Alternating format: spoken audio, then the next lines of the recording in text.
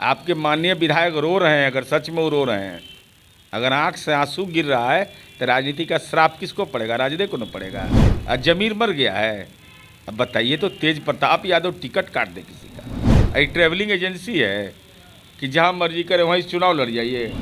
अरे आप बुजुर्गों का सम्मान क्या जानिएगा तेजस्वी यादव जी? आपके राजनीति का स्वभाव नहीं है, तो ये सीखिए, ये सब चीज़ सीखिए। बुजुर्ग खाली बयान देने से नहीं होता है। इसलिए कि हाजीपुर लोकसभा चुनाव में वहाँ चिराग का रोशनी जला है महुआ में, तो वहाँ इसे भी ललटेन को बुझना तय है। नेता प्रतिपक्ष तेजस्वी यादव के द्वारा एक बार फिर से बिहार की जनता को वादा किया गया है। तेजस्वी यादव कहते हैं कि वृद्धा पेंशन योजना के तहत जो 400 रुपये की राशि दी जाती है उसे बढ़ाकर 1500 कर दी जाएगी। जो सुरक्षा पेंशन योजना के तहत 400 रुपये की राशि दी जाती है उसे भी बढ़ाकर 1500 रुपये कर दी जाएगी अगर हमारी सरकार बनी तो। इसी मुद्दे पर बात करने के लिए हमारे साथ जदयू एमएलसी सह प्रवक्ता नीरज कुमार है। नीरज जी, तेजस्वी यादव कह रहे हैं कि सरकार बनी तो 400 से बढ़ाकर 1500 कर देंगे। यहाँ तो भविष्य काल है जिसका दूर दूर तक कोई भविष्य आपका नज़र नहीं आ रहा है। अब बगल में झारखंड है, कितनी आबादी है वहाँ की, सरकार में वहाँ शामिल हैं, तो वहाँ क्यों नहीं करवा दिए थे? करवा देते ना। वहाँ आपने क्यों नहीं ये काम करवा दिया? और सामाजिक सुरक्षा पेंशन को क्यों नहीं आपने 1000 रुपया करवा दिया? जहाँ सरकार में आप हैं, मंत्रिमंडल में शामिल होते हैं, आपके माननीय विधायक हैं। झारखंड की आबादी कितनी है और बिहार की आबादी कितनी है? जब सरकार में रहते हैं तब इनका ज़मीर नहीं जगता है, जहाँ सत्ता में रहते हैं तब इनका ज़मीर नहीं जगता है। अरे आप बुजुर्गों का सम्मान क्या जानिएगा तेजस्वी यादव जी? आपके राजनीति का स्वभाव नहीं है। इनका वीडियो निकाल लीजिए सब। ये संबोधन में भी कहते हैं जगतानंद जी, अब्दुल बारी सिद्दीकी जी, शिवानंद तिवारी जी, ब्रिशन पटेल जी, उदय नारायण चौधरी जी, माननीय तक लगाना इनको मंजूर। जो जनहित का मुद्दा है उस मुद्दा को उठाते हैं, सामने लाते हैं। अभी यात्रा पर हैं तो तमाम लोगों से मुलाकात भी कर रहे हैं। अरे भाई, तो जनहित का मुद्दा लाइए तो जहाँ वहाँ जनहित वहाँ जनता नहीं है। झारखंड में आदिवासी जनता नहीं होता है? आदिवासियों से ज़्यादा हालत किसका खराब है? 14% आबादी वहाँ है, तो वहाँ आपने क्यों नहीं दे दिया? लेकिन वहाँ पर आरजेडी के विधायक कम है ना, सीटों की संख्या कम है वहाँ आरजेडी के पास। उससे क्या मतलब होता है भाई? ये अगर इस सरकार में आप शामिल थे तो ज़्यादा तो आप ही की संख्या थी, हमारे साथ थे तब, तो काहे नहीं करवा लिए? संख्या बल से होता है कि नीतिगत निर्णय लेने की इच्छा होती है। माँ पिता का सम्मान करने के लिए कहाँ कानून बना हुआ है? ये तो बिहार में बना है, नीतीश कुमार जी ने बनाया कि अगर कोई माँ पिता को अपमानित करेगा तो कार्रवाई होगी उस पर। तो ये सीखिए, ये सब चीज़ सीखिए। बुजुर्ग खाली बयान देने से नहीं होता है, अपने जीवन के व्यक्तिगत स्वभाव में भी लाइए और अपने राजनीतिक स्वभाव में, तब लोग भरोसा करेगा। विधानसभा चुनाव काफ़ी नज़दीक है, तेजस्वी यादव यात्रा पर हैं और दावा कर रहे हैं कि सरकार बनी तो ये सब हम कर देंगे। तो क्या लग रहा है, मतलब अगर सरकार बनती है, जिसकी भी सरकार बने, तो जो वो वादा कर रहे हैं उनका वादा कहाँ तक सही? अगर वो यह बोल रहे हैं कि 400 से बढ़ाकर 1500 कर देंगे, तो क्या होना चाहिए ये सही? वादा उनका बिल्कुल न्याय संगत नहीं है भाई। आप मणिपुर की जो आबादी है उससे बिहार की तुलना आप कर लीजिएगा, उत्तर प्रदेश से बिहार की तुलना आप कर सकते हैं। आप पड़ोस का झारखंड की कितनी आबादी है और बिहार की कितनी आबादी है? आज वहाँ कोयला खदान है, अब बिजली वहाँ 15 घंटा मिलता है। यहाँ कोयला खदान नहीं है तो 20 घंटा गांव में बिजली मिलता है। तो देखने का तरीका होता है। और हम लोग विरासत है चौधरी चरण सिंह के। चौधरी चरण सिंह, हमको स्मरण है, शिक्षक कर्मचारी समन्वय समिति का आंदोलन चल रहा था। जननायक कर्पूरी ठाकुर विपक्ष के नेता थे।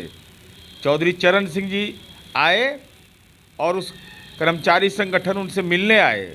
मांग पत्र पर वहीं पेंसिल से कहा कि ये लागू होगा, ये नहीं लागू होगा। तो वह लोगों ने कहा कि चुनाव है। उन्होंने कहा कि चुनाव से क्या इसका रिश्ता है? हम कल सत्ता में आएंगे तो ये असत्य बोल करके आएंगे क्या? जो होगा वही कहेंगे। आप तो प्रण जारी किए थे, तो कहाँ है प्रण में आपका लिखा हुआ? नीरज जी, एक मामला सामने आया है। तेज प्रताप यादव ने बयान दिया कि महुआ से वो चुनाव लड़ेंगे और महुआ से भी वर्तमान विधायक हैं आरजेडी नेता मुकेश रोशन। अब मुकेश रोशन रोने लगते हैं ये सवाल सुनकर, ये प्रकरण देखकर। क्या लग रहा है, क्या हो रहा है? तो पुरुषार्थहीन कोई रोने लगेगा। तेज प्रताप यादव लालू जी के सुपुत्र हो सकते हैं, टिकट बांटने का अधिकार हो गया। यह तो स्पष्ट हो गया ना कि एक पिंडा को प्रणाम करने से नहीं काम चलेगा राजद के विधायकों को। अब तेजस्वी यादव और लालू यादव नेता नहीं है, ये तेज प्रताप यादव ने स्पष्ट कर दिया। अब ये बेचारे मुंह पर पट्टी लगा के आए थे, तो बोलिए, मीडिया को बोलिए, प्रेस कॉन्फ्रेंस करिए कि कौन है तेज प्रताप यादव जो हमारी टिकट को काट देगा।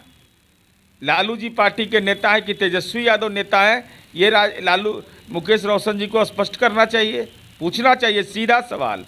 अरे अब खोने के लिए बचा क्या है? इसलिए कि हाजीपुर लोकसभा चुनाव में वहाँ चिराग का रोशनी जला है महुआ में, तो वहाँ ऐसे भी ललटेन को बुझना तय है। तो एक बार हिम्मत करके पूछ देना चाहिए। आज जमीर मर गया है। अब बताइए, तो तेज प्रताप यादव टिकट काट दे किसी का? एक ट्रैवलिंग एजेंसी है कि जहाँ मर्जी करे वहीं चुनाव लड़ जाइए, कभी हसनपुर तो कभी महुआ तो कभी फतुआ। ये क्या मतलब इसका है? लेकिन नेता तो अपनी प्रतिक्रिया देते हैं, अपनी राय रखते हैं कि हम यहाँ से चुनाव लड़ेंगे। नेतृत्व तय करता है कि किसे कहाँ चुनाव लड़ रहा है। तो नेतृत्व का तो इशारा नहीं है कि कौन कहाँ चुनाव लड़ेगा। तो क्यों नहीं बोल रहा है? चुप्पी क्यों? आपके माननीय विधायक रो रहे हैं, अगर सच में वो रो रहे हैं, अगर आंख से आंसू गिर रहा है, तो राजनीति का श्राप किसको पड़ेगा? राजद को न पड़ेगा। अरे जो विधायक है, मेहनत किया, 4.5 साल मेहनत किया, और उसके आंख से अगर आंसू निकल रहा है इस सवाल पर, हालांकि आंसू नहीं निकालना चाहिए, आंख तरेरना चाहिए। कौन होता है आप? मालिक है क्या पार्टी के? हमारी पार्टी के नेता आदरणीय नीतीश कुमार जी ने, वो तय करेंगे ना। तो तय जिसको करने का उसको अधिकार है, उसको आप अधिकार ही नहीं दे रहे हैं। अपने पिताजी के अधिकार के अतिक्रमण कर दिए आप, और उसके बाद इनके माननीय विधायक रो रहे हैं। तो जो रोया सो गया। जो रोने वाला आदमी कभी हंसता है तो वो रोते ही रहता है वो। तो देखिए, तेजस्वी यादव यात्रा पर हैं और तेजस्वी यादव एक बार फिर से वादा करते हैं बिहार की जनता से कि जो वृद्धा पेंशन योजना है, उस योजना के तहत जो 400 रुपये की राशि दी जाती है उसे बढ़ाकर 1500 कर दी जाएगी।